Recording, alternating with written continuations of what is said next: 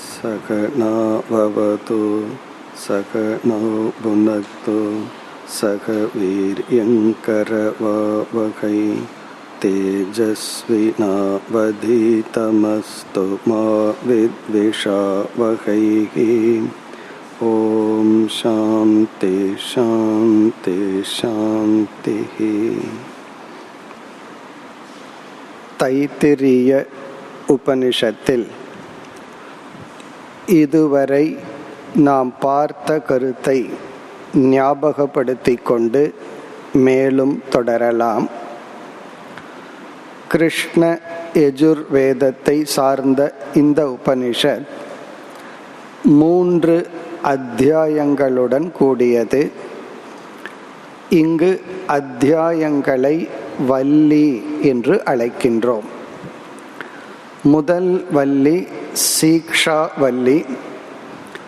இதில் நாம் பிரார்த்தனைகள், விதவிதமான தியானங்கள், தர்ம நெறி இவைகளை பார்த்தோம். 5 விதமான தியானங்கள் இங்கு கூறப்பட்டுள்ளது. சம்ஹிதா உபாசனம் என்று ஒரு விதமான தியானத்தை பார்த்தோம். அந்த காலகட்டங்களில் ஒரு சாஸ்திரத்தை படிக்க வேண்டுமென்றால் முதல் நிபந்தனை அந்த நூலை மனப்பாடம் செய்தல். ஆகவே சிஷ்யனுடைய மனதில் சப்தங்களும் எழுத்துக்களும் இருக்கும்.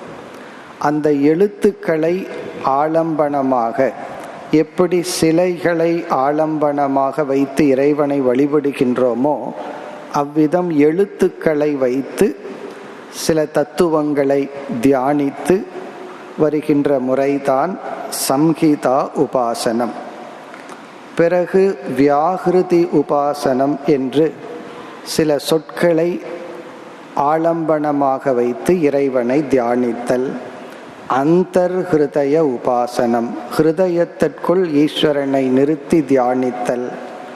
சமஷ்டி வியஷ்டி ஐக்கியம் செய்தல், அதாவது உடலில் இருப்பதே உலகத்திலும் இருக்கின்றது என்ற ஒரு விதமான தியானம். பிறகு ஓங்கார தியானம் போன்ற தியானங்கள் எல்லாம் சீக்ஷாவல்லியில் இடம்பெற்றது.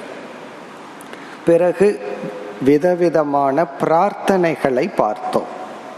ஷண்ணோமித்ர ஷம் வருணக என்று ஆரம்பித்து உடல் நலம், வாக்கு நலம், மனநலம். இதில் முக்கியமான ஒரு கருத்து ததோமே ஸ்ரீயமாவக, போதிய பக்குவம் அடைந்ததற்கு பிறகு இறைவா எனக்கு செல்வத்தை கொடு. பக்குவம் இல்லாமல் செல்வம், பதவி போன்றவைகள் நமக்கு வந்தால் அது நமக்கு நன்மையை தருவதற்கு பதிலாக தீமையை தந்துவிடும். இப்படிப்பட்ட பிரார்த்தனைகள். பிறகு இறுதியாக தர்மசாஸ்திரம், மாத்ரு தேவோ பவ, பித்ரு தேவோ பவ என்றெல்லாம் சில தர்ம நெறிகளை பார்த்தோம். இந்த இடத்தில்தான் உபனிஷத் எது தர்மம் எது அதர்மம் என்று புரிந்து கொள்வதற்கு ஒரு பெரிய வாய்ப்பு கொடுக்கின்றது. அந்த காலகட்டத்தில் தர்மப்படி யார் வாழ்கிறார்களோ அவர்கள் சொல்வதுதான் தர்மம். அவர்கள் எது கூடாது என்று சொல்கிறார்களோ அதுதான் அதர்மம் என்று எழுதப்பட்டது. தர்மாதர்மம் அல்ல, வாழ்ந்து கொண்டிருப்பவர்கள் எதை கூறுகின்றார்களோ அதுதான் தர்ம அதர்மம் என்று இந்த எத்திக்னு சொல்லுவோம். நீதி நெறிக்கு மிக அழகான ஒரு லட்சணங்களை எல்லாம் இந்த பகுதியில் பார்த்தோம். இது சீக்ஷாவல்லி. இரண்டாவது வள்ளி பிரம்மவல்லி அல்லது ஆனந்தவல்லி. இதில் 9 பகுதிகள் உள்ளது. அந்த பகுதிகளை அணுவாகம் என்று அழைக்கின்றோம். அந்த 9 அணுவாகத்தில் முதல் 5 அணுவாகங்களை நாம் பார்த்து முடித்துள்ளோம். அதற்கு மேல்தான் நாம் தொடர வேண்டும். இந்த பிரம்மவல்லி என்று அழைப்பதற்கு காரணம், இந்த பகுதி பிரம்ம என்ற சொல்லுடன் துவங்கியது. பிரம்மவித் ஆப்னோதி பரம். இதற்கு ஆனந்தவல்லி என்ற ஒரு பெயர். காரணம், ஆனந்தத்தை பற்றிய ஒரு பெரிய விசாரம் இங்கு நடைபெற இருக்கின்றது. அதை நாம் 8வது அணுவாகத்தில் பார்க்க இருக்கின்றோம். மிக ஒரு அழகான சிந்தனையை தூண்டுகின்ற ஒரு விசாரத்தை நாம் பார்க்க இருக்கின்றோம். அதனால இதற்கு ஆனந்தவல்லி என்று பெயர். இதில் 9 அணுவாகத்தில் முதல் 5 அணுவாகத்தை பார்த்துள்ளோம். என்ன பார்த்தோம் என்று சுருக்கமாக ஞாபகப்படுத்தி கொண்டு 6வது அணுவாகத்திலிருந்து இப்பொழுது நாம் தொடர வேண்டும். இந்த முதல் 5 அணுவாகங்களில் பேசப்பட்ட கருத்தை நாம் 3 பகுதிகளாக பிரித்தோம். சூத்திர வாக்கியம், விருத்தி வாக்கியம், வியாக்கியானம் என்று பிரித்தோம். சூத்திர வாக்கியம் என்றால் மிக சுருக்கமாக முழுமையான கருத்துக்களை கூறுதல். அந்த சூத்திர வாக்கியம்தான் இந்த வள்ளியினுடைய முதல் துவக்கம். பிரம்மவித் ஆப்னோதி பரம். இந்த உபனிஷத்தையே பலர் மனப்பாடம் செய்து ஓதுவார்கள். அது இல்லாட்டியும் பரவாயில்ல, இந்த ஒரு வாக்கியத்தை நாம் மனனம் செய்து கொள்ள வேண்டும். 3 சொற்கள் தான். பிரம்மவித் ஆப்னோதி பரம், இதுதான் சூத்திர வாக்கியம். இந்த ஒரு சென்டென்ஸ் 3 சொற்களிலேயே அனைத்து வேதாந்த கருத்துக்களும் அடங்கி விடுகின்றன. இதில் பிரம்ம என்ற சொல் நாம் புரிந்து கொள்ள வேண்டிய விஷயத்தை குறிக்கின்றது. அறிந்து கொள்ள வேண்டிய பொருள் பிரம்ம. வித் என்ற சொல் சாதனையை குறிக்கின்றது. பரம் ஆப்னோதி, ஆப்னோதி பரம் என்ற சொல் பிரயோஜனம், பலனை குறிக்கின்றது. இப்போ விஷயக, சாதனம், பலன், இதுதான் சாஸ்திரமே. நாம் எதை புரிந்து கொள்ள முயற்சிக்கின்றோம், எது நம்முடைய அறிவுக்குரிய விஷயம், அதை எப்படி, என்ன சாதனையின் மூலமாக அதை அறிதல் அல்லது அடைதல், இவ்விதம் அறிவதனால் என்ன பலன். இந்த சூத்திர வாக்கியத்தை கேட்டவுடன் பிரம்மவித் ஆப்னோதி பரம், பிரம்மவித் என்றால் பிரம்மத்தை அறிந்தவன், ஆப்னோதி அடைகின்றான், பரம் பரத்தை. பிரம்மத்தை அறிந்தவன் பரத்தை அடைகின்றான். இதை கேட்டவுடனே மனசுல 3 கேள்விகள் எழுகின்றன. பிரம்மன் என்றால் என்ன, அறிதல் என்றால் என்ன, அடைதல் என்றால் என்ன. பிரம்மன்னா என்ன, அறியறதுனா என்ன, அடைதல் என்றால் என்ன. இதற்கு விளக்கம்தான் அடுத்தது விருத்தி வாக்கியம். இதை தொடர்ந்து அந்த பிரம்மத்திற்கு லட்சணம் சத்தியம், ஞானம், அனந்தம் பிரம்ம. எது சத்தியமோ, எது ஞான சொரூபமோ, எது எல்லையற்றதோ அதுதான் பிரம்மன். அப்ப அந்த விருத்தி வாக்கியம் என்றால் சூத்திர வாக்கியத்தை சுருக்கமாக விளக்குதல். மிக மிக சுருக்கமாக கூறினால் சூத்திரம், அதை ஒரு ஸ்டெப்ல விளக்கினால் அது விருத்தி வாக்கியம். இப்பொழுது இந்த பிரம்மங்கிற சொல் 3 சொற்களால் விளக்கப்படுகிறது. சத்தியம், ஞானம், அனந்தம் பிரம்ம. வேதாந்த சாஸ்திரத்தில் இந்த 2 லட்சணத்தை ஞாபகத்தில் வைக்க வேண்டும். ஈஸ்வரனுடைய லட்சணம், பிரம்மத்தினுடைய லட்சணம். ஈஸ்வரனுடைய லட்சணம் ஜெகத் காரணம். யார் ஈஸ்வரன் அப்படின்னு ஒரு கேள்வி வந்தா நம்ம மனதில் உதிக்க வேண்டியது உலகத்திற்கு காரணமானவர் இறைவன். இந்த ஒரு லட்சணம். பிறகு பரம்பொருள்னா என்ன, அது எப்படி இருக்கும், அதனுடைய இலக்கணம் என்னன்னா சத்தியம், ஞானம், அனந்தம் பிரம்ம. பிரம்ம என்பது சத்தியமாக, ஞானமாக, அனந்தமாக இருப்பது. இந்த ஆனந்தத்தை சில சமயம் ஆனந்தம்னு சொல்லலாம். சச்சிதானந்தம் அப்படிங்கிறது பிரம்மத்தினுடைய லட்சணம். இனி அடுத்தது அறிதல் என்றால் என்ன. இதுல எத்தனையோ கேள்வி வருகின்றது. எப்படி அறிதல், எங்கு அறிதல், எதுவாக அறிதல், இப்படி எல்லா விதமான கேள்விகளுக்கும் சுருக்கமான பதில் யோ வேத நிகிதம் குகாயாம். யார் இந்த பிரம்மத்தை தன்னுடைய மனதிற்குள் ஆத்மாவாக அறிகின்றார்களோ. அப்ப அறிதல் என்பது எந்த ஒரு அறிவும் அதற்குரிய கருவியை பயன்படுத்துவதன் மூலம்தான் ஏற்படும். அந்த கருவிதான் உபனிஷத்ங்கிற சாஸ்திரம். அதை பயன்படுத்தி இந்த பிரம்மத்தை தன்னுடைய புத்தி குகைக்குள் ஆத்மாவாக அறிய வேண்டும். இப்படி அறிந்தால் என்ன பலன் கிடைக்கும்? சோஷ்ணுதே சர்வான் காமான் சக பிரம்மணா விபஸ்சிதா. இந்த பகுதி பிரயோஜனத்தை விளக்குகின்ற பகுதி. அவன் பிரம்மஸ்வரூபமாகவே இருந்து அனைத்தையும் அடைகின்றான் என்றால் மன நிறைவை அடைகின்றான். பரத்தை அடைதல் என்றால் மன நிறைவை அடைதல். இப்படிப்பட்ட பிரம்மத்தை இவ்விதம் அறிந்தால் அவன் நிறைவை அடைகின்றான். இப்ப விஷயக சப்ஜெக்ட் மேட்டர், சாதனை, அந்த விஷயத்தை அடைகின்ற முறை அது அறிதல் என்ற சாதனை. இந்த அறிதல்ங்கிறதான் நம்ம ஞான யோகம் என்று சொல்கின்றோம்.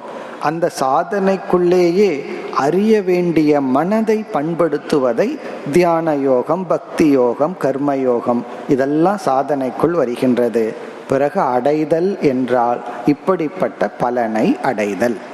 இவ்விதம் இந்த பிரம்மவல்லியினுடைய முதல் 5 அணுவாகங்களில் 2ஆக பிரித்து சூத்திர வாக்கியம், விருத்தி வாக்கியம்னு பார்த்தோம். அடுத்த பகுதி 5வது அணுவாகம் வரை வியாக்கியானம். 3rd ஃபேக்டர் வியாக்கியானம். வியாக்கியானம் என்றால் விரிவாக விளக்குதல். சூத்திரம்னா ஜஸ்ட் மென்ஷன் பண்றது, விருத்தினா கொஞ்சம் விளக்குவது, டெஃபினிஷன் கொடுக்கிறது. வியாக்கியானம்னா எக்ஸ்பிளனேஷன், முழுமையாக விளக்குதல். எப்படி இங்கு விளக்கப்பட்டது? அத்தியாரோப அபவாதம் என்கின்ற ஒரு முறை, ஒரு மெத்தட். அந்த முறையைத்தான் நம்ம நியாயம் என்று சொல்கின்றோம். அத்தியாரோப அபவாத நியாயப்படி இந்த கருத்துக்கள் அனைத்தும் விளக்கப்பட்டது. எப்படி அத்தியாரோபம்? இந்த சிருஷ்டி, நாம் பார்த்து அனுபவிக்கின்ற இந்த பிரபஞ்சம் இறைவனால் படைக்கப்பட்டது என்று ஆகாசம் தோன்றியது, ஆகாசத்திலிருந்து வாயு என்று படிப்படியாக பஞ்சபூதங்களினுடைய சிருஷ்டி முதலில் பேசப்பட்டது. இப்ப வியாக்கியானம் இந்த உலகம் இவ்விதம் படைக்கப்பட்டது என்று பேசப்பட்டு, பிறகு என்ன கூறப்பட்டதுன்னா இந்த உலகம் நீக்கப்படுகிறது. அபவாதம் அப்படின்னு சொன்னா நீக்குதல். அத்தியாரோபம் என்றால் ஏற்றுக்கொள்ளுதல். சிஷ்யனுடைய மனதில் உள்ள தவறை ஏற்றுக்கொள்ளுதல் அத்தியாரோபம், அதை நீக்குதல் அபவாதம். ஒருவன் கயிற்றை பார்த்து இது பாம்புன்னு சொல்றான். உடனே குரு எப்படி உபதேசிக்கிறார்னா அந்த பாம்பு கயிறுன்னு சொல்றார். இப்ப குருவினுடைய விஷன், பார்வையில அங்க கயிறு மட்டும்தான் இருக்கு. பிறகு ஏன் அவருடைய வாயில பாம்புங்கிற சொல் வரணும்? ஏன்னா அவரை பொறுத்த வரைக்கும் அவர் பாம்பு அங்க பார்க்கல. இருந்தாலும் ஏன் சொல்றார்னா சிஷ்யனுடைய தவறை முதலில் எடுத்து கொள்கின்றார். அவனுடைய மிஸ்டேக்கை எடுத்துட்டு நீ எதை பாம்புன்னு பார்த்துட்டு இருக்கிறையோ அது கயிறுன்னு சொல்றார். ஒரு கால் குரு சிஷ்யனுடைய தவறை தான் எடுத்து கொள்ளாமலேயே அங்கு கயிறு இருக்கிறதுன்னு சொன்னா சிஷ்யன் என்ன புரிஞ்சுக்குவான்? நான் பாம்பை பார்த்துட்டு இருக்கேன், வேற எங்கேயோ குரு கயிறை பார்க்கிறார், அவர் கயிறை ஒரு இடத்துல பார்த்து சொல்றார், நான் பாம்பை ஒரு இடத்துல பார்க்கறேன்னு நினைச்சுக்குவான். பிறகு என்ன பண்ணணும்னா எந்த இடத்துல பாம்பை பார்த்தானோ அதே இடத்த குரு அடையணும்னா சிஷ்யனுடைய தவறை எடுத்து சொல்ல வேண்டும். அது அனுவாதம் அல்லது அத்தியாரோபம். அனுவாதம்னா நம்ம அந்த விஷயம்ல இல்லை, மற்றவங்களுடைய தவறை எடுத்து சொல்லுதல். யாராவது ஒரு தவறான கருத்து சொன்னாலும் நம்ம அதைத்தான் சில சமயங்கள்ல செய்வோம். அதை முதல்ல ஏற்றுக்கொள்வோம், நீ சொல்றது சரிதான்னு. பிறகு கொஞ்சம் கொஞ்சமா அவர் கேட்கிற மனநிலை வந்தால் உண்மையை நம்ம புரிய வைப்போம். அப்படித்தான் சாஸ்திரம் இந்த உலகம்ங்கிறது சாஸ்திரத்தினுடைய விஷயம்ல கிடையாது, ஆனா நம்ம அனுபவத்துல சத்தியமா இருக்கு. ஆகவே இந்த உலகம் எதுமோ பிறந்ததாக ஏற்றுக்கொண்டு பிறகு இந்த உலகத்தை படிப்படியாக நீக்குகின்றது. பஞ்சபூதத்தை அத்தியாரோபம் செய்தது, அதாவது ஏற்றுக்கொண்டது. பிறகு அபவாதம் செய்யும் பொழுது இந்த பஞ்சபூதமும் இல்லை அப்படின்னு சொல்வதற்கு பதிலாக பஞ்ச கோஷங்கள் எடுத்துக்கொள்ளப்பட்டது. நம்முடைய உடலே 5 பகுதிகளாக பிரிக்கப்பட்டு அன்னமயம், பிராணமயம், மனோமயம், விஞ்ஞானமயம், ஆனந்தமயம்னு சொல்லி 5 பகுதிகளாக பிரிக்கப்பட்டு முதல்ல இந்த உடல் நான், அன்னமய கோஷம்தான் நான் சொல்லி அறிமுகப்படுத்தப்பட்டது. இப்போ நான் சொல்லும் பொழுது எதை பொருளாக புரிந்து கொண்டு நான் சொல்கின்றேன்? நம்ம எந்த ஒரு சொல்லை பயன்படுத்தினாலும் மனதில் ஒரு அர்த்தத்தை வச்சுட்டு தான் பயன்படுத்துவோம். இப்போ நான்கிற வார்த்தையை பயன்படுத்தும் போது அதுக்கு என்ன அர்த்தம்? இந்த உடல். அப்போ சாஸ்திரம் அதை ஆரம்பத்தில் ஏற்றுக்கொள்கிறது. உண்மைதான், இந்த உடல் தான் நீ. அதுதான் ஃபர்ஸ்ட் ஸ்டெப். இப்போ அன்னமயக ஆத்மா, இந்த அன்னமய கோஷம்தான் நீ. பிறகு சிஷ்யனை சிந்திக்க வைக்குது, இந்த உடல் நீ, ஆனால் சற்று யோசித்தால் இந்த உடல் சார்ந்துள்ளது, பிராணனை சார்ந்துள்ளது. பிராணன் இருந்தா தான் இந்த உடல். பிராணன் இந்த உடலை விட்டு போயிடுதுன்னா இந்த உடல் கொஞ்ச நேரத்தில் அழுகிரும். ஆகவே இந்த உடலுக்கு காரணமாக, இந்த உடலுக்கு உடல்ங்கிற தன்மையை கொடுக்கிறது பிராண தத்துவம். ஆகவே கண்டிப்பாக உடலாக நீ இருக்க முடியாது, பிராணன் தான் நீ. அதற்கடுத்தது மனசு. நீங்கிற ஒன்றையே மனம்னு ஒன்று இருந்தால் தான் உன்னால் ஃபீல் பண்ண முடியுது. ஆழ்ந்த உறக்கத்தில் மனது இல்லை, அங்கே நான்கிறதே ஒன்று இல்லாமல் போயிடுச்சு.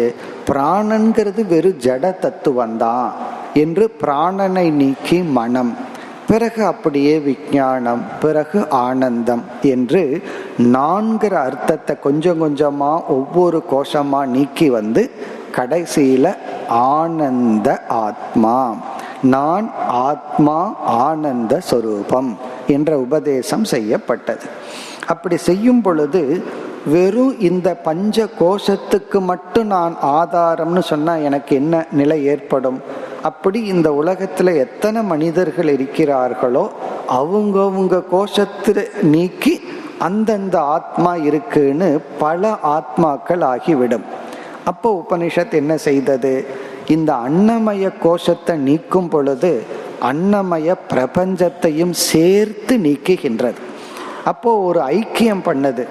இந்த உடலும் உலகத்தில் இருக்கிற அனைத்து உடல்களும் ஒன்றுதான்.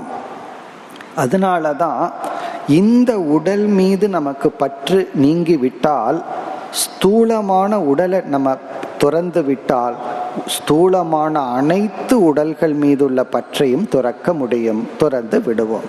அப்படி சமஷ்டி வியஷ்டி ஐக்கியம். அதே போல இந்த பிராணனும் மற்ற ஜீவனுக்குள் இருக்கிற பிராணனும் ஒன்றுதான் என்று அப்படியே ஐக்கியப்படுத்தி கடைசியில் இவன் ஆனந்தமய கோஷத்தை நீக்கும் பொழுது ஆனந்தமய பிரபஞ்சத்தையும் சேர்த்து நீக்கி ஆனந்த ஆத்மா என்பதுடன் இந்த 5வது பகுதியானது நிறைவு பெற்றது. இப்போ இவ்வளவு தூரம் நம்ம பார்த்து முடித்துள்ளோம். இப்போ முதல் சீக்ஷாவல்லியில் பிரார்த்தனைகள், தியானங்கள், நட்பண்புகள். இந்த பிரம்மவல்லி தான் தைத்திரியத்தினுடைய முக்கிய பகுதி. அதில் 9 அணுவாகத்தில் முதல் 5 அணுவாகங்கள் 3 தலைப்புகளாக பிரிக்கப்பட்டது. சூத்திர வாக்கியம், விருத்தி வாக்கியம், வியாக்கியானம். இது ஒரு பகுதி. இதோட உண்மையிலேயே ஒரு விதமான டீச்சிங் ஓவர். காரணம் என்ன? சுருக்கமாக சொல்லி விளக்கி பிறகு வியாக்கியானமும் செய்யப்பட்டு விட்டது. இனி 6வது அணுவாகத்திலிருந்து நாம் தொடர வேண்டும். அடுத்தது பிருகுவல்லி அப்படிங்கிறது அது ஒரு கன்க்ளூஷன் தான், அது ஒரு நிறைவுரைக்காக செய்யப்பட்ட ஒரு பகுதி தான். அதுலேயும் முக்கிய தத்துவங்கள் பேசப்பட்டது தான் பேசப்படுகிறது. இப்போ இனி வருகின்ற பகுதியில் நமக்கு முக்கிய பகுதி 8வது அணுவாகம் தான். அங்கே தான் ஆனந்தத்தை பற்றி மிக அழகான விசாரம் நடைபெறுகிறது. அதற்கு முன் 6, 7 இந்த 2 அணுவாகங்களின் சாராம்சம் பிரம்மத்தை பற்றி 7 தத்துவங்கள் கூறப்பட உள்ளது. அதாவது பிரம்மத்தை பற்றி 7 அடிஷ்னல் நாலேஜ். இது அந்த பிரம்மத்தை புரிந்து கொள்வதற்காக. ஆகவே 6, 7 இந்த 2 சேர்ந்தே இருக்கின்ற ஒரு அணுவாகங்கள். நம்ம அந்த 7 தத்துவங்களை பார்த்ததற்கு பிறகு இந்த 8வது அணுவாகம் பெரிய அணுவாகம். அதனால தான் இந்த 2வது வள்ளிக்கே ஆனந்தவல்லி என்ற ஒரு பெயர் வந்துள்ளது. இப்போ நம்ம 6வது அணுவாகத்துக்கு செல்கின்றோம். இப்போ இந்த 6வது அணுவாகத்தில் முதல் 2 பகுதிகள் ஒரு கருத்து, பிறகு பிரம்மத்தை பற்றிய 7 கருத்துக்கள்ல 3 கருத்து இங்க வரும். 7வது அணுவாகத்துல 4 தத்துவங்கள் வர உள்ளது. இப்ப இது எப்படி துவங்குகின்றது, இதனுடைய ஆரம்பத்தில் சொல்லப்பட்ட 2 கருத்துக்கள் என்ன என்று பார்ப்போம். இப்ப 6வது அணுவாகத்தினுடைய துவக்கம் அசன்னேவ சபவதி அசத் பிரம்மேதி வேதசேத் அஸ்தி பிரம்மேதி சேத்வேத சந்தமேனம் ததோ விதுரிதி. இதுதான் முதல் பகுதி. இப்ப இந்த பகுதியில் ஸ்ரத்தை, நம்பிக்கை என்கின்ற ஒரு வேல்யூ, ஒரு கருத்து அல்லது ஒரு பண்பானது கூறப்படுகிறது. இப்ப இதனுடைய சாராம்சம் ஸ்ரத்தா, நம்பிக்கை. இதனுடைய டிரான்ஸ்லேஷன், மொழிபெயர்ப்பு என்னன்னு பார்த்துட்டு பிறகு நம்ம விளக்கத்திற்கு வருவோம். இப்போ உபனிஷத் என்ன சொல்கின்றது, அசன்னேவ சபவதி, அவன் அல்லது ஒருவன் அசத் ஆகின்றான். அசத் அப்படின்னா இல்லாதவன் ஆகின்றான். ஒருத்தன் ஒரு மனிதன் இல்லாதவனாகவே ஆகின்றானா. எப்பொழுது அசத் பிரம்மேதி வேதசேத், ஒரு கால் பிரம்மத்தை இல்லை என்று அவன் சொன்னால், இந்த பிரம்மத்தை இல்லை என்று யார் சொல்கிறார்களோ அவர்களே இல்லாதவர்கள் ஆகின்றார்கள். அதுதான் இதனுடைய பொருள். அசன் ஏவ சபவதி, ச அவன் அசத் ஆகின்றான். எப்பொழுது பிரம்ம அசத் வேதசேத், பிரம்மத்தை இல்லை என்று அவன் நினைத்தால், அவன் அப்படி நினைத்தால் அவனே இல்லாதவன் ஆகின்றான். பிறகு அடுத்தது உபனிஷத் பாசிட்டிவா சொல்லுது, அஸ்தி பிரம்மேதி சேத்வேத, யார் பிரம்மத்தை இருக்கின்றது என்று சொல்கின்றார்களோ, அஸ்தி பிரம்ம, பிரம்ம தத்துவத்தை, பரம்பொருளை, உலகத்திற்கு ஆதாரமாக ஒரு பொருள் இருக்கின்றது என்று யார் நம்புகிறார்களோ, சொல்கிறார்களோ, சந்தம் ஏனம் விதுரிதி, ஞானிகள் ரிஷிகள் அவர்களை சத் புருஷர்கள், இருப்பவர்களாக கூறுகின்றார்கள். இதனுடைய அர்த்தம் என்னன்னா, பரம்பொருளை இல்லை என்று சொல்பவர்கள் இல்லாதவர்கள் ஆகிறார்கள், இருக்கின்றது என்று சொல்பவர்கள் இருப்பவர்கள் ஆகிறார்கள். இதுதான் இதனுடைய டிரான்ஸ்லேஷன். இதற்கு சில விளக்கங்கள் எல்லாம் மகான்கள் கொடுத்துள்ளார்கள், சங்கரர் மற்ற சில மகான்கள் எல்லாம். அவர்கள் கொடுத்துள்ள விளக்கத்தை இப்பொழுது பார்ப்போம். இப்போ இந்த இடத்துல என்ன கருத்து கூறப்படுகிறது என்றால், இப்போ ஒரு பானை இருக்கு, அது தண்ணீரை கொண்டு வர்றதுக்கு பயன்படும். இப்போ தண்ணீரை கொண்டு வர்றதுக்கு பயனை உடைய நம்மால் பார்க்கக்கூடிய பானையை நம்ம என்னன்னு சொல்லுவோம், இருக்கின்றது அப்படின்னு சொல்லுவோம். எப்போ ஒரு பொருளை இருக்குன்னு சொல்லுவோம் என்றால், விவகாரத்திற்கு அது யோக்கியமா இருந்து, அதை ஏதாவது பயன்படுத்த முடிவதாக இருந்து, நம்முடைய அனுபவத்திற்கு உட்பட்டிருந்தால் அதை இருக்குன்னு சொல்லுவோம். எந்த பொருள் விவகாரத்துக்கே வர்றதில்லை, அதை நம்ம ஹேண்டில் பண்ண முடிவதில்லை, புலன்களாலும் நேரடியாக அனுபவிக்க முடிவதில்லை, அப்போ அந்த பொருளை நம்ம என்னன்னு சொல்லுவோம், இல்லை என்று நம்ம சொல்லுவோம். இப்போ நம்ம இல்லைன்னு எப்போ சொல்கிறோம்னா, ஒரு பொருள் நேரடியாக அனுபவிக்க முடியாமல் அது டிரான்சாக்ஷனுக்குள்ளே வராமல் இருந்தால் அது இல்லைன்னு சொல்லுவோம். பிறகு அந்த பொருள் அனுபவிக்க கூடியதாக இருந்தால் அது இருக்குன்னு சொல்லுவோம். இந்த பிரம்ம தத்துவம் இருக்கே, அது விவகார அதீத தத்துவம். அந்த பிரம்ம தத்துவத்தை நேரடியா விவகாரத்துக்குள்ள கொண்டு வர முடியாது. பிறகு அனுபவ விஷயம். அந்த பிரம்மன் கண்ணிலேயோ காதிலேயோ சுவைப்பதோ அப்படி ஒரு அனுபவத்திற்கு விஷயமா இல்லை. ஆகவே மனசுல அதனுடைய அஸ்தித்துவம், அதனுடைய இருப்பிலேயே ஒரு சந்தேகம் விடுகிறது. இப்ப இறைவனுடைய இருப்புல ஏன் சந்தேகம் வருதுன்னா, இறைவனை நம்ம நேரடியா அனுபவிக்க முடியவில்லை. ஒரு பொருளை போல இதுதான் அப்படின்னு அனுபவிக்க முடியல. அதே சமயத்தில் ஒரு விவகாரத்தில் அவரை கொண்டு வர முடியவில்லை. அதனால அந்த ஒரு சந்தேகம் வருகின்றது.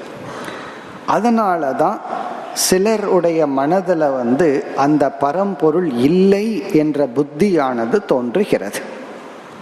இங்க உபனிஷத்து என்ன சொல்லுதுன்னா, எந்த ஒரு மனம் இறைவனை இல்லை என்று கூறுகின்றதோ அல்லது இறைங்கிற தத்துவத்தை நீக்குகின்றதோ அவனே இல்லாதவன் ஆகின்றான் அப்படின்னு இங்க சொல்கிறது. அதுக்கு அவனே இல்லாதவன் ஆகின்றான்ங்கிறதுக்கு விளக்க ஆசிரியர்கள் 2 பொருள்களை கொடுக்கின்றார்கள். முதல் பொருள் என்னவென்றால், இப்போ ஒருவனுடைய மனதில் இறைவனை நிராகரிக்கின்ற புத்தி வருது. இப்போ ஈஸ்வரன்கிறது கிடையாது, இறை தத்துவம்ங்கிறது இல்லை, பிரம்மன்கிறது இல்லை அப்படிங்கிற ஒரு கன்க்ளூஷன், ஒரு முடிவு வருகின்றது. இவன் உண்மையிலேயே இறைவனை நிராகரிக்கின்றானா என்றால், இங்க உபனிஷத் சொல்லது அவன் இறைவனை நிராகரிக்கவில்லை, அவன் தன்னையே நிராகரிக்கின்றான். இப்ப ஈஸ்வரன் நாஸ்தி, இறைவன் இல்லைன்னு சொல்பவனை இங்க உபனிஷத்து என்ன சொல்லுதுன்னா, அவன் இறைவனை இல்லை என்று சொல்லவில்லை, தன்னையே இல்லை என்று சொல்கின்றான். அது எப்படி என்றால், நாம் ஒரு சொல் அல்லது ஒரு கான்செப்டை நினைச்சோம் அப்படின்னா அதுக்கு ஒரு அர்த்தத்தை நம்ம கொடுக்கறோம். இப்போ ஒரு மைண்ட், ஒரு மனசு ஈஸ்வரன்கிற எண்ணத்தை மனசுல உருவாக்கி அந்த இறைவனை இல்லை என்று அந்த மனசே சொல்லுது. இப்ப இறைவன் இல்லை, பிரம்ம தத்துவம் இல்லை என்று சொல்லும் பொழுது அந்த மனம் பிரம்ம தத்துவத்திற்கு ஒரு அர்த்தத்தை கொடுத்திருக்கும். இப்ப ஈஸ்வரன் இல்லைன்னு சொன்னா அந்த ஈஸ்வரனுக்கு ஒரு அர்த்தத்தை அந்த மனசு கற்பிச்சிருக்கும். அந்த மனசுனாலேயே அந்த அர்த்தத்தை ஏற்றுக்கொள்ள முடியவில்லை. இப்போ ஈஸ்வரன் இல்லைன்னு சொல்லும்போது ஈஸ்வரனை பற்றி அந்த மைண்டில் ஒரு டெஃபினிஷன் வந்திருக்கும், அதை அந்த மைண்டுனாலேயே அக்செப்ட் பண்ணிக்க முடியல. அப்போ என்ன பண்ணுதுன்னா ரிஜெக்ட் பண்ணுது. ஆகவே இறைவனை அல்லது பிரம்ம தத்துவத்தை நீக்குபவர்கள் பிரம்மத்தை நீக்கவில்லை, அவர்கள் பிரம்மத்தை பற்றி என்ன புரிந்து கொண்டார்களோ அதை அவர்கள் நீக்குகின்றார்கள். ஒரு மனசு பிரம்மத்துக்கு ஒரு மனசுல லட்சணம் கொடுத்து வச்சிருக்கு, அதை இனி ஒரு மனசு நீக்குகின்றது. அப்ப அவர்கள் என்ன செய்கிறார்கள், தன்னுடைய ஒரு பகுதியான மனதை நீக்குகின்றது. அப்ப நெகேஷன் தனக்குள்ளதான் நடக்குது. தன்னுடைய ஒரு பார்ட் ஆஃப் மைண்டை இனி ஒரு பார்ட் ஆஃப் மைண்டு ரிஜெக்ட் பண்ணுது. நம்ம நமக்குள்ள போராடுறதுங்கிறது அதுதானே. நம்ம ஏதாவது ஒன்றை சொல்லிடுவோம், திட்டிடுவோம், கோவப்பட்டுருவோம், பிறகு கடைசியில் நம்மகிட்டயே கோவிச்சுக்குவோம். இப்போ யார்கிட்ட கோவிச்சுக்கிறோம், ஒரு பார்ட் ஆஃப் மைண்ட் இனி ஒரு பார்ட் ஆஃப் மைண்டோட ரகலை பண்ணிக்குது. அதே போல் இந்த நெகேஷன் நீக்குதல்ங்கிறது ஒரு பகுதியான மனதை ஒரு பகுதி நீக்குகிறது. நாம் மனசுதான் அப்படிங்கும்போது நாம் யாரை நீக்குகின்றோம், நாம் நம்மையே நீக்குகின்றோம். வெளியிருக்கிற பிரம்மத்தை நீக்கல, நம்ம மனசுக்குள்ள இருக்கிற பிரம்மத்தினுடைய கான்செப்டை நம்மளே நீக்கிறோம். அந்த கான்செப்டை போட்டது யாருன்னா அதுவும் நம்ம தான். இப்ப இறைவனை நீக்குதல் என்பது அவர்களையே நீக்கிக் கொள்ளுதல். இப்ப இறைவனை இல்லை என்று சொல்வது அவர்களையே இல்லை என்று சொல்வதற்கு சமம். நமக்கு யோசிச்சு பார்த்தா விளங்கிவிடும். எந்த ஒன்றை இல்லைன்னு சொல்றோமோ அந்த இல்லைன்னு சொல்றதுக்கு ஒரு பொருள் மனசுல வச்சிருப்போம், அதைத்தான் நம்ம இல்லை என்று சொல்கின்றோம். இது முதல் பொருள். இப்ப இரண்டாவது பொருள் சங்கரர் கொடுப்பது, ஒருவன் ஈஸ்வரனை இல்லை என்று நிராகரிக்கும் பொழுது ஈஸ்வரன் வகுத்து கொடுத்த தர்மத்தையும் அவனை எறியாமல் நிராகரித்து விடுவான். அப்போ பாபம் புண்ணியம், தர்மப்படி வாழணும், நேர்மையா இருக்கணும். இன்னைக்கு நம்ம ஒரு தப்பு செஞ்சோம்னா பின்னாடி அது நமக்கு வரும். இன்னைக்கு ஒரு நல்லது செஞ்சோம் அப்படின்னா இறைவன் அதற்கு பின்னாடி ஒரு நல்லதை கொடுப்பார். இந்த ஒரு நீதி நெறி இறைவனோடு சம்பந்தப்படுத்தப்பட்டுள்ளது. இவன் இறைவனையே நீக்கும் பொழுது இறைவன் வகுத்து கொடுத்த நியதிகளையும் நீக்கி விடுகின்றான், தர்மத்தையும் சேர்ந்து நீக்கி விடுகின்றான். ஆகவே அசத் என்றால் அசத் புருஷார்த்தம். இவன் வாழ்க்கையில் எந்த ஒரு மேலான இலக்கையும் அடைய முடியாதவன் ஆகி விடுகின்றான். இப்போ முதல் கருத்து தத்துவ ரீதியா நீ இறைவனை இல்லைன்னு சொன்னா உண்மையிலேயே நீ உன்னையே இல்லை என்று சொல்கின்றாய். நீ இறைவனை நிராகரித்து விட்டால் உன்னை அறியாமல் தர்மத்தை நிராகரிக்கின்றாய். அப்பொழுது என்ன ஆகும்னா உன்னால் தர்ம நெறிப்படி வாழ முடியாது. ஒரு ஹோப் நமக்கு போயிடும். காரணம் என்ன? இதையெல்லாம் கண்காணித்து கொடுப்பவன் இல்லை என்றால். இப்போ நம்ம ஆஃபீஸில் போய் வேலை செய்கிறோம், அந்த மேனேஜிங் டைரக்டரோ மேனேஜரோ அதை பார்த்து அப்ரிஷியேட் பண்ணி அதுக்குரிய சன்மானம், பணமோ அல்லது அட்லீஸ்ட் ஒரு 4 வார்த்தை நீ நல்லா பண்ற அப்படின்னு சொன்னாதான் இவர் உற்சாகமாக பண்ணுவார். இவர் ஆஃபீஸில் செய்கிற அனைத்து செயல்களையும் யாருமே கண்டுக்கல அப்படின்னா கொஞ்ச நாளில் என்ன ஆகும்? இவருக்கு அந்த ஸ்பிரிட்டு போயிடும். நம்ம இவ்வளவு செய்கிறோம், நம்ம யாருமே அப்ரிஷியேட் பண்ணல, சேலரி அதிகமாக கொடுக்கல, அட்லீஸ்ட் ஒரு வார்த்தையும் கூட யாரும் அப்ரிஷியேட் பண்ணலை. இது சாதாரண விவகாரத்தில் நம்ம பார்க்கிறோம். நாம் ஒரு இடத்துல ஒன்று செய்யறோம், அதை இனி ஒருவர் ஏற்றுக்கொள்ள வேண்டும், இல்லை என்றால் அந்த செயல்லையே நமக்கு இன்ட்ரெஸ்ட் போயிடும். அதே போல தர்மப்படி நம்ம வாழணும்னா ஈஸ்வரன் ஒருத்தர் இருந்து என்னுடைய தர்ம செயலுக்கு பலனை கொடுப்பாருங்கிற நம்பிக்கை இருந்தாதான் எனக்கு தர்மத்தில் இன்ட்ரெஸ்ட் வரும். ஈஸ்வரனையே நான் நெகேட் பண்ணிட்டேன்னா நாளடைவில் நான் தர்மத்தை விட்டு விடுவேன். இது சங்கரர் கூறுகின்ற கருத்து. இனி அடுத்தது பாசிட்டிவா சொல்லும் பொழுது, அஸ்தி பிரம்மேதி சேத்வேத, யார் பிரம்மத்தை இருக்கின்றது என்று சொல்கின்றார்களோ ஞானிகள் ததக அவர்களை சத்புருஷர்கள் என்று சொல்கின்றார்கள். இப்ப இல்லைன்னு சொல்பவன் தன்னையே நிராகரிக்கின்றான், தானே இல்லாதவனுக்கு சமமாகின்றான், புருஷார்த்தத்தை தர்மத்தை இழந்து விடுகின்றான்.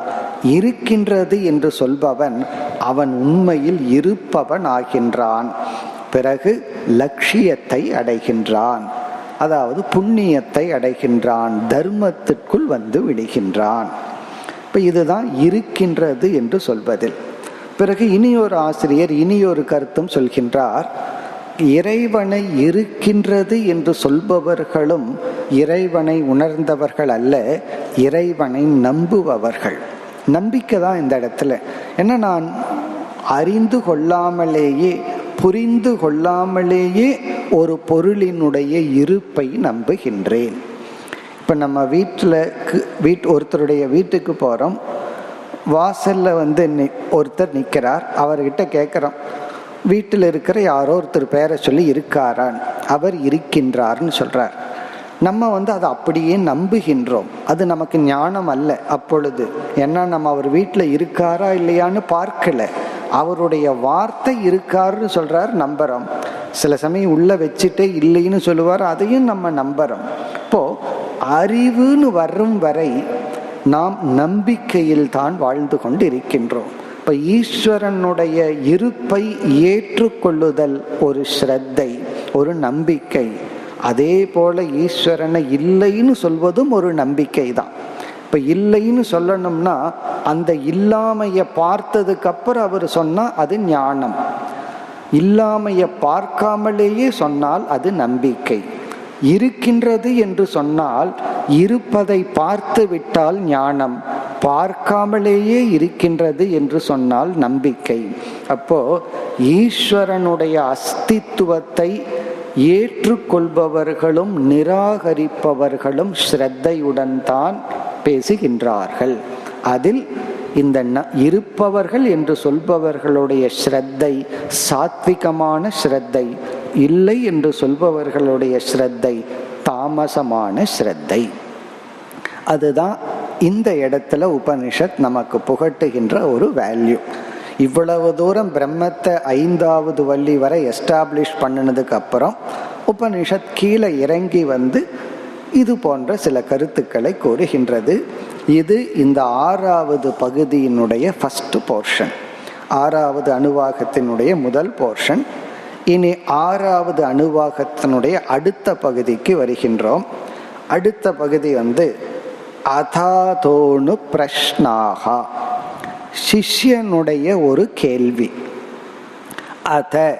அத என்றால் குருவினுடைய உபதேசத்திற்கு பிறகு, அதக சிஷ்யனுடைய மனதில் சந்தேகம் வருவதனால், அணு பிரஷ்னாகா குருவினுடைய உபதேசத்தை ஒட்டிய ஒரு கேள்வியானது சிஷ்யனுடைய மனதில் உருவாகி உள்ளது. இப்ப சிஷ்யனுடைய கேள்வி என்ன அப்படின்னு நம்ம பார்க்கிறோம்.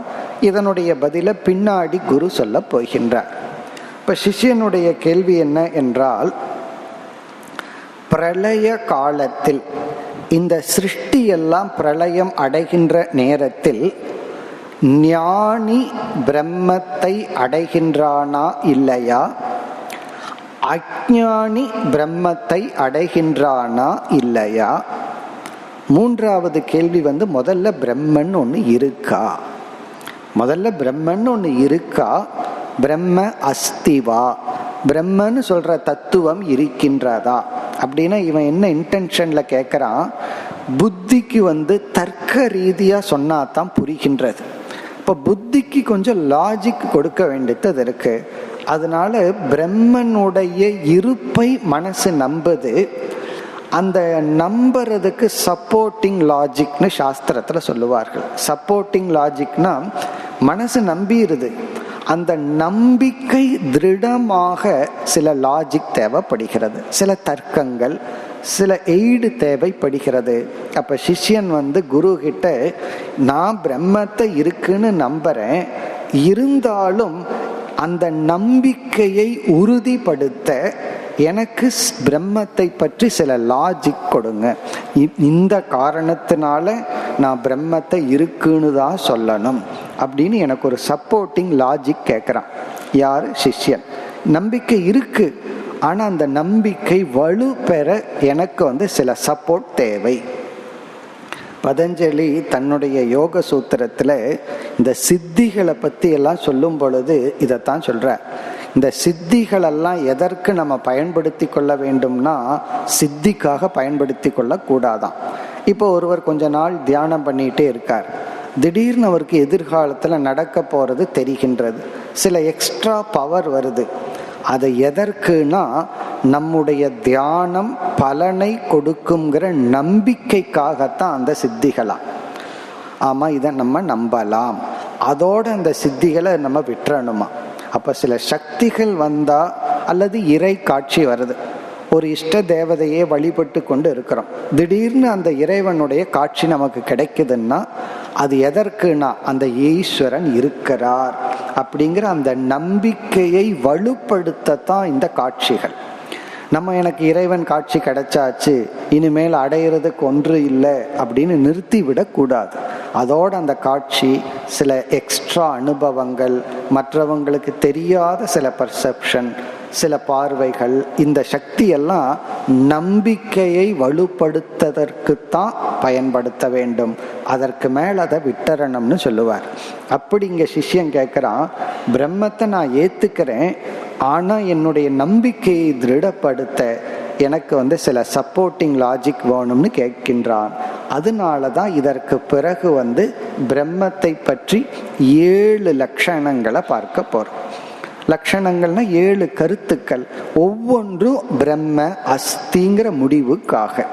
இந்த 6வது பகுதியில 3, அடுத்த பகுதியில 4 பார்க்க போகின்றோம். இப்ப அதற்கு முன்னாடி வந்து ஒரு 2 கேள்வி சிஷ்யனுடைய மனசுல வந்திருக்கு.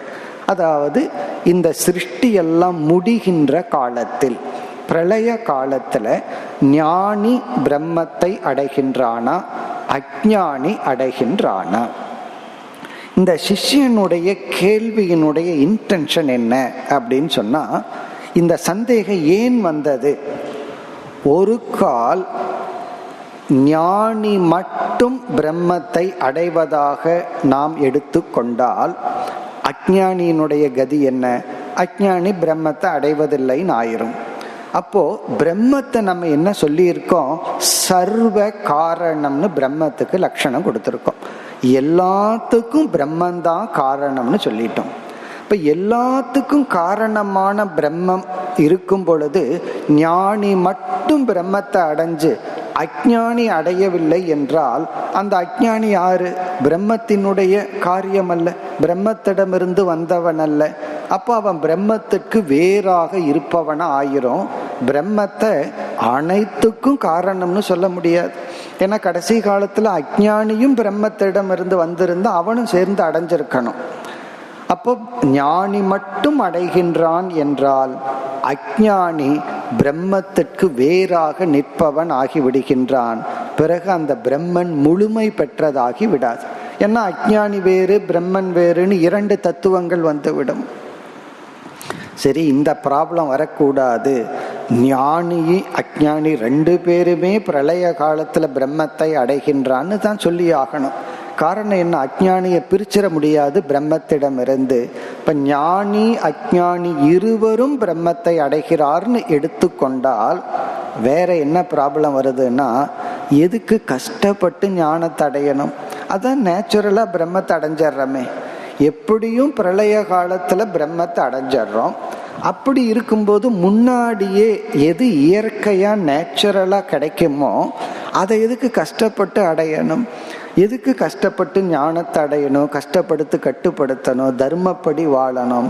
தர்மப்படி வாழ்றதே எதற்குன்னா சித்த சுத்திக்கு, மன தூய்மைக்கு.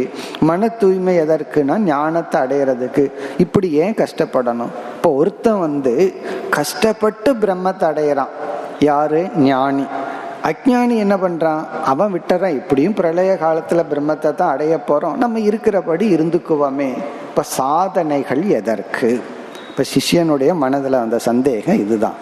ஞானி அஞ்ஞானி இருவரும் பிரளய காலத்தில் பிரம்மத்தை அடைந்தால் சாதனைகள் அனைத்தும் பயனற்றதாகிறது. ஏன்னா நேச்சுரலாவே கிடைக்குமே. நேச்சுரலா கிடைக்கிறத ஏன் கஷ்டப்பட்டு அடையணும்? நச்சிகேத இதுதான் யமதர்மராஜா கிட்ட கேட்டான். உனக்கு என்ன வரம் வேணுங்கும் போது அது ஆத்ம தத்துவத்தை பற்றி கேட்டான்.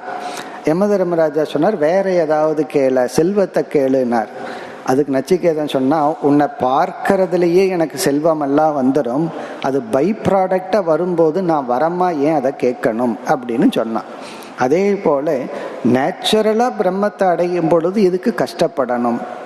இப்படி இந்த நிலை வரக்கூடாதுங்கிறதுக்காக ஞானிகள் மட்டும் பிரம்மத்தை அடைகிறார்கள்னா, இப்போ அஞ்ஞானிகள் எல்லாம் யாரிடமிருந்து வந்தார்கள்? பிரம்மத்திடமிருந்து வரவில்லை என்று ஆகிவிடும். இதுதான் சந்தேகம். இந்த சந்தேகம் உத அவித்வான் அமும் லோகம் பிரேத்ய கஷ்சன கச்சதி. ஆஹோ வித்வான் அமும் லோகம் பிரேத்ய கஷ்சித் சமஷ்ணுதா. அவித்வான் அஞ்ஞானி அமும் லோகம் பிரேத்ய, இந்த உலகத்தை விட்டதற்கு பிறகு, அதாவது இந்த உலகமே பிரளயம் ஆகும் பொழுது கச்சதி பிரம்மத்தை அடைகின்றானா? அவித்வான் ஆகோ அல்லது வித்வான் அமும் லோகம் பிரேத்ய, வித்வான் ஞானி இந்த உலகத்தை விட்டதற்கு பிறகு பிரம்மத்தை அடைகின்றானா? இப்ப இதுல ஃபர்ஸ்ட் பிரம்மம் இருக்கின்றதா? இப்படி 3 கேள்விகள். இனி பார்க்க போகின்ற பகுதி, அடுத்த பகுதியிலிருந்து இந்த 6வது அணுவாகத்துல 3 பிரம்மத்தை பற்றிய கருத்துக்கள். அந்த 3 கருத்துக்கள் பிரம்மன் அஸ்தி என்ற ஒரு நம்பிக்கையை வலுப்படுத்த பேசப்படுகின்ற கருத்து. 7வது அணுவாகத்துல 4 கருத்துக்கள். அப்படி 7 பாயிண்ட் நம்ம பிரம்மத்தை பற்றி பார்க்க போகின்றோம். அதெல்லாம் எதற்குனா, மனசுல கொஞ்சம் ஒரு நம்பிக்கை இருந்தால் அது உறுதிப்படும். சில பேர்த்துக்கு சந்தோஷம் வந்துட்டு இருக்கிற வரைக்கும் இறைவனை நம்புவார்கள். 4 கஷ்டம் வந்துடுதுன்னா அந்த நம்பிக்கை அசைந்து விடுகிறது. பிறகு கொஞ்ச நாளைக்கு அப்புறம் நம்புவார்கள். அப்படி நம்முடைய நம்பிக்கையே ஏற்றத்தாழ்வுகளுடன் இருக்கின்றது. இங்க சிஷ்யன் என்னுடைய நம்பிக்கையை உறுதிப்படுத்த இந்த கருத்துக்களை கூறுங்கள்னு கேட்கின்றார். இனி இந்த கேள்விக்கு என்ன பதில்? ஆசிரியர் இங்கு சொல்லவில்லை, 8வது அணுவாகத்துல கடைசியில் சொல்கிறார். நம்ம இங்கேயே பதில பார்த்துருவோம். ஏன்னா என்ன சொன்னாலும் ப்ராப்ளம் வருது. வித்வான் அவித்வான் 2 பேரும் பிரம்மத்தை அடைகிறான்னாலும் பிரச்சனை, அவித்வான் அடைகிறதில்ல வித்வான் ஞானி மட்டும் அடைகின்றான்னு சொன்னாலும் வேற ஒரு லாஜிக்கல் ப்ராப்ளம் வருது. அப்ப என்ன பதில் என்றால், பிறகு ஆசிரியர் சொல்ல போகின்றார், ஞானிதான் பிரம்மத்தை அடைகின்றான். இப்ப ஞானிதான் பிரம்மத்தை அடைகிறான்னா அஞ்ஞானி என்னன்னா, அவர் சொல்லுவார், ஞானி அஞ்ஞானி இருவருமே பிரம்மந்தான். 2 பேருமே பிரம்மந்தான். ஞானியும் பிரம்மந்தான், அஞ்ஞானியும் பிரம்மந்தான். இறைவனை ஏற்றுக்கொள்பவர்களும் பிரம்மந்தான், இறைவனை நிராகரிப்பவர்களும் பிரம்மந்தான். ஆனால் ஞானிதான் பிரம்மத்தை அடைகின்றான். பிறகு ஞானி அஞ்ஞானி இருவருமே பிரம்மத்தை அடையணும்னா, இருவருமே பிரம்மமாக இருந்தால் எதற்கு அடையணும்? அடுத்த கேள்வி. இப்ப 2 பேருமே பிரம்மத்தை அடைகிறார்கள். காரணம் என்னன்னா 2 பேருமே பிரம்மந்தான். இப்ப 2 பேருமே பிரம்மனா இருக்கும்போது ஏன் பிரம்மத்தை அடையணும் என்றால், ஒரு பொருளை நாம் 2 விதத்தில் இழக்கலாம். ஒன்னு அடையணும்னா இழந்திருந்தா தானே அடைய முடியும். அப்படி பிரம்மத்தை நாம் ஒரு விதத்தில் இழந்துள்ளோம். எப்படி 2 விதத்துல இழக்கலாம்னா, ஒரு பொருள் நம்மிடம் இல்லை என்றால் நம்ம அதை இழந்துள்ளோம், அதை முயற்சி பண்ணி அடையணும். சில சமயங்கள்ல ஒரு பொருளை நாம் அறியாமையினால் இழந்து விடுகின்றோம். அஞ்ஞானத்தினால ஒரு பொருளை இழந்தால் அந்த பொருள் நம்மிடத்துல தான் இருக்கு, ஆனா நம்ம இடத்துல இல்லை. இங்க ஒரு பாரடாக்ஸ். நம்ம இடத்துல இருக்கு, காரணம் என்ன? அதை நம்ம உண்மையிலேயே இழக்கல, அறியாமையினால் இழந்துள்ளோம். எப்படின்னா, எத்தனையோ உதாகரணங்கள் சாஸ்திரத்துல சொல்வார்கள். இந்த 10 பேர் ஆத்த கடந்ததற்கு பிறகு 10 பேரும் கடந்துட்டமான்னு எண்ணி பார்க்கிறான். தன்னை விட்டுட்டு மீதி 9 பேரை எண்ணுகின்றான். இப்பொழுது 10வது மனிதனை அவன் இழந்துள்ளானா இல்லையா? அவன் இழந்துள்ளான், அதனாலதான் தேடுகின்றான். உண்மையில் எப்படி இழந்துள்ளான்? ஆத்துல அடிச்சுட்டு போயிருந்ததுன்னா ஆத்துல இருந்து அவனை எடுத்துட்டு வரணும். பிறகு அவன் எப்படி இழந்துள்ளான்? அறியாமையினால் இழந்துள்ளான். பிறகு அவன் எப்படி அதை அடைவான்? அறிவினால் அவன் அடைவான். அதே போல பதில் ஞானி அஞ்ஞானி இருவருமே பிரம்மந்தான். ஞானி ஞானத்தினால் பிரம்மத்தை அடைந்தவன் ஆகின்றான், அஞ்ஞானி அஞ்ஞானத்தினால் பிரம்மத்தை இழந்தவன் ஆகின்றான். அப்ப பிரம்மத்தை அடையணும்னா என்ன பண்ணணும்னா ஞானம். இப்ப பிரம்மத்துக்கும் நமக்கும் உள்ள கேப் என்னன்னா, இடைவெளி என்ன என்றால் அறியாமை, இக்னோரன்ஸ் அப்படிங்கிறது தான் கேப். அதுதான் பதிலாக வரப்போகின்றது. இனி வருகின்ற பகுதி என்னவென்றால், பிரம்மத்தை பற்றிய சில தத்துவங்கள், சில விளக்கங்கள். அது பல கோணங்கள்ல அந்த பிரம்ம தத்துவம் விளக்கப்படுகிறது. அதனாலதான் இந்த 6வது அணுவாகத்திலிருந்து வருகின்ற பகுதியை மனன கிரந்தம் அப்படின்னு சொல்றோம். முதல் 5 அணுவாகம் இந்த பிரம்ம வழியில ஸ்ரவணம். ஸ்ரவணம்னா ஒரு புதிய அறிவு கொடுக்கப்படுகிறது, ஸ்டெப் பை ஸ்டெப்பா ஒரு புதிய ஞானம் கொடுக்கப்படுகிறது. பிறகு நமக்கு சில சந்தேகங்கள் வரலாம். புத்தியில பலவிதமான தோஷங்கள் இருக்கு. விதவிதமான கோணங்கள்ல சொல்லும் பொழுது சில புத்திக்கு சில ஆங்கிள் புரியும், சில புத்திக்கு சில ஆங்கிள் புரியாது. அதனாலதான் விதவிதமான உபனிஷத்துக்கள், விதவிதமான மெத்தட், அப்படி விதவிதமான கோணங்களில் பிரம்ம தத்துவம் விளக்கப்பட உள்ளது. இத்துடன் 6வது அணுவாகத்துல முதல் 2 போர்ஷன் முடிவடைகிறது. ஃபர்ஸ்ட் ஆஸ்திக நாஸ்திக விளக்கம். அதாவது இறை தத்துவத்தை இல்லை என்று சொன்னால் நாமளே இல்லாதவர்களாகின்றோம். வாழ்க்கையினுடைய சில லட்சியங்களை இழந்து விடுகின்றோம். இருக்கின்றதாக ஏற்றுக்கொண்டால், ஸ்ரத்தை இருந்து ஏற்றுக்கொண்டால் நாம் இருப்பவர்களாகின்றோம். தர்மத்தில் காலப்போக்கில் ஒரு பிடி நமக்கு வருகின்றது. பிறகு இந்த கேள்வி, அதனுடைய பதிலையும் நம்ம பார்த்தோம். இனி அடுத்த பகுதிக்கு செல்கின்றோம். இனி அடுத்த பகுதியிலிருந்து நம்ம பார்க்கிற கருத்து பிரம்ம தத்துவத்தினுடைய விளக்கம். அதில் முதல் விளக்கம் பிரம்மன் இருக்கின்றது. என்னென்ன காரணத்தினால்? சோ காமயத பகுஸ்யாம் பிரஜா ஏதி சதபோ தப்யத சதபஸ் தத்வா இதம் சர்வம் அஸ்ருஜத எதிதம் கிஞ்ச. இப்போ இந்த பகுதி வரை முதல் கருத்து. நம்ம இனி வரிசையா 7 பாயிண்ட் பார்க்க போறோம். அதுல ஃபர்ஸ்ட் பாயிண்ட் இந்த பகுதி. இப்போ இந்த பகுதியில் பிரம்மத்தை பற்றி சில தத்துவங்கள், சில விளக்கங்கள்.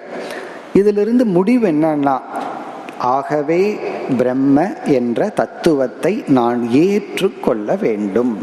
புரியவில்லை என்றாலும் ஏற்றுக்கொள்ள வேண்டும்.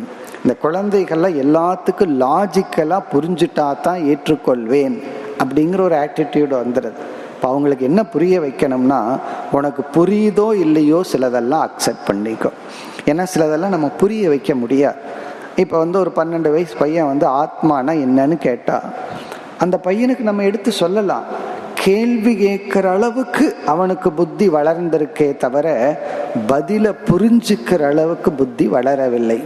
சில சமயங்கள்ல கொஸ்டின் பண்றதுக்கு தான் நமக்கு மெச்சூரிட்டி இருக்கும், ஆன்சரை கிரகிக்கிறதுக்கு இருக்காது. அப்ப நம்ம போய் ஆன்சர் சொல்லிட்டே இருந்தாலும் பிரயோஜனம் இல்லை. அப்ப அந்த குழந்தைகளுக்கு தர்மப்படி, எத்திக்ஸ் படி நம்ம என்ன சொல்லணும்னா, முதல்ல நீ அக்செப்ட் பண்ணிக்கோ, புரிகிற காலத்துல புரிந்து கொள்வாய். ஏன்னா சில லாஜிக்கெல்லாம் இருக்கு. நான் எதுக்கு கோயிலுக்கு போகணும், வீட்லேயே இருந்துட்டா போதாதா, வீட்லேயே சாமி கும்பிடலாமே அப்படின்னா நம்ம கேட்கல. எதுக்கு நீ ஸ்கூலுக்கு போகணும், வீட்லேயே இருந்து கம்ப்யூட்டர்லேயே படிச்சுக்கன்னு தான் நம்ம சொல்லணும். பிறகு எதுக்கு அவுட்டிங்னு வெளியே போகணும், நீ டிவியில் பார்த்துக்கோ. இல்லை நான் ஹில் ஸ்டேஷனுக்கு போக விரும்புகிறேன்னா அதையும் டிவியில் பார்த்துக்கன்னு நம்ம ஏன் சொல்கிறது இல்லை. அப்போது சில சமயங்களில் சில கொஸ்டின் வருது. ஏன் கோயிலுக்கு போகணும், ஏன் பூஜை பண்ணணும், எதுக்கு காலையில் ப்ரேயர் பண்ணணும், இதுக்கெல்லாம் இந்த மாதிரி ஒரு புத்தியில் கொஸ்டின் வந்துச்சுன்னா இதெல்லாம் நம்ம லாஜிக்கை எக்ஸ்பிளைன் பண்ண வேண்டியதில்லை. அதில் பிரயோஜனம் இருக்குது, ஏற்றுக்கொள்ள வேண்டும். அதனால் சில விஷயங்கள் எல்லாம் புத்தி பூர்வமாக புரியுதோ இல்லையோ அதுக்கு ஒரு பலன் இருக்கின்றதுங்கிற ஒரு அக்செப்டன்ஸ், ஒரு நம்பிக்கை வேண்டும். அதுதான் இந்த பகுதியில் நடைபெறுகிறது. அந்த பிரம்ம தத்துவம் புரியுதோ இல்லையோ, ஈஸ்வர தத்துவம் புரிகின்றதோ இல்லையோ, அதை நாம் முதலில் ஏற்றுக்கொள்ள வேண்டும். அந்த ஏற்றுக்கிறதுக்கு தான் இனி சப்போர்ட்டிங் லாஜிக். அது ஒரு ஆங்கிள். இனி ஒரு ஆங்கிள் இந்த பகுதியை பார்த்தோம்னா, பிரம்மத்தை பற்றிய புதிய புதிய கோணங்களில், புதிய கருத்து அல்ல, புதிய கோணங்கள், புதிய ரூட்டில் சில விஷயங்கள்லாம் நமக்கு இங்கு உபனிஷத் கொடுக்கின்றது. இப்போ இந்த பகுதி என்னவென்றால், சுருக்கமாக சொல்ல வேண்டும் என்றால், பிரம்ம அஸ்தி, பிரம்மன் இருக்கின்றது, அல்லது பிரம்மத்தை நீ ஏற்றுக்கொண்டாக வேண்டும். காரணம், இந்த உலகத்திற்கு நிமித்த காரணமாக இருப்பதனால். அதுதான் ஃபர்ஸ்ட் லாஜிக்.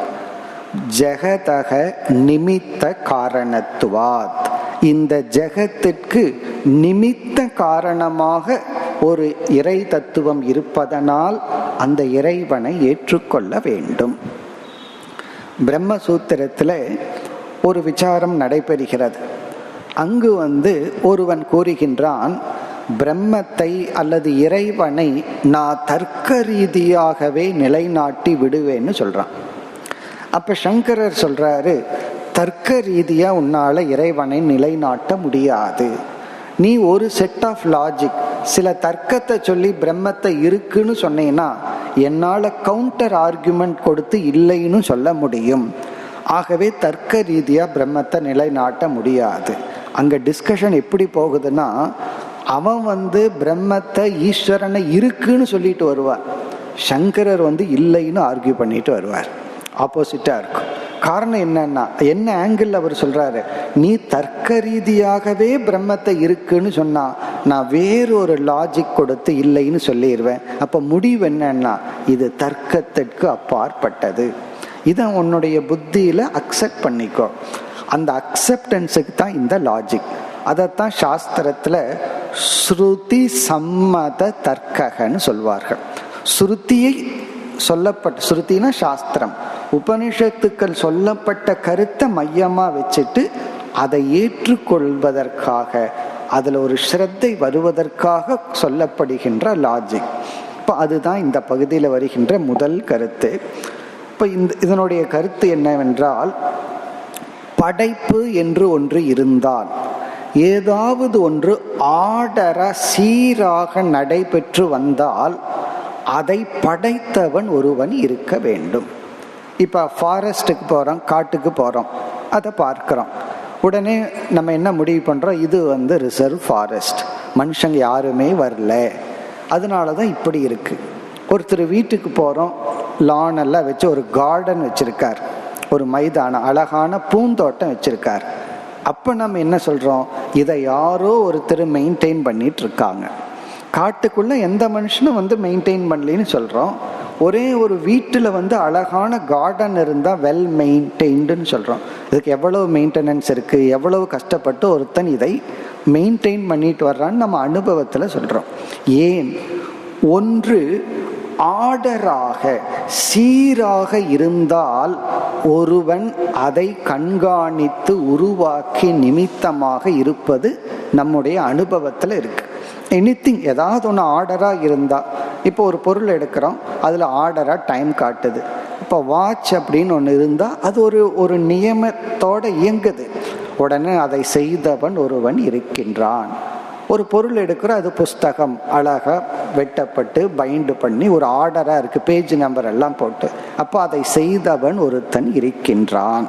அப்போ எனிதிங், ஏதாவது ஒன்று சீராக நடைபெற்றால் நம்ம அனுபவத்தில் அதை உருவாக்கிய நிமித்தம் ஒருவன் இருந்தாக வேண்டும். இந்த லாஜிக் தான் இங்கு சொல்லப்படுகிறது. அப்படி பார்க்கையில இந்த உலகம் சீராக இயங்கிக் கொண்டு வருகின்றது. எல்லாத்துலேயும் ஒரு ஆர்டர் இருக்கு. ஈவன் நம்முடைய டிசீஸ், நோயிலையும் ஒரு ஆர்டர் இருக்கு. அதனால தான் மருந்து கண்டுபிடிச்சிருக்கிறோம். டிசார்டரா நோய் வந்துச்சுன்னா அதுக்கு மெடிசனே இருக்காது, ஏன்னா அதுலேயும் ஒரு ஆர்டர் இருக்கு. அப்படி எல்லாத்துலேயுமே ஒரு ஆர்டர், ஒரு நியதி இருப்பதனால் கண்டிப்பாக இந்த உலகத்தை படைத்த நிமித்த காரணம் இருக்க வேண்டும், அது ஈஸ்வரன். அதுதான் இந்த பகுதியினுடைய சாராம்சம். இப்போ முதல் லாஜிக், முதல் கருத்து, ஈஸ்வரன் இந்த உலகத்திற்கு நிமித்தமாக இருக்கின்றார். இந்த பகுதியோடு நம்ம சம்பந்தப்படுத்தாம படிச்சோம்னா இறைவனை பற்றி ஒரு பாயிண்ட், அவ்வளவுதான். இறைவன் உலகத்திற்கு நிமித்த காரணம். இந்த கான்டெக்ஸ்ட் இதோட சேர்த்து பார்த்தோம்னா, ஆகவே அந்த பிரம்ம தத்துவத்தின் இருப்பை நான் ஏற்றுக்கொள்ள வேண்டும். இப்படி நமக்கு 7 தத்துவங்கள், கருத்துக்கள் வர உள்ளது. இப்போ முதல் கருத்து, இந்த ஜெகத் ஒழுங்காக இயங்கி வருவதனால் இதற்கு நிமித்தமாக ஒருவன் இருக்க வேண்டும். அந்த நிமித்த காரணம் தான் ஈஸ்வரன், அவர்தான் பிரம்மன்.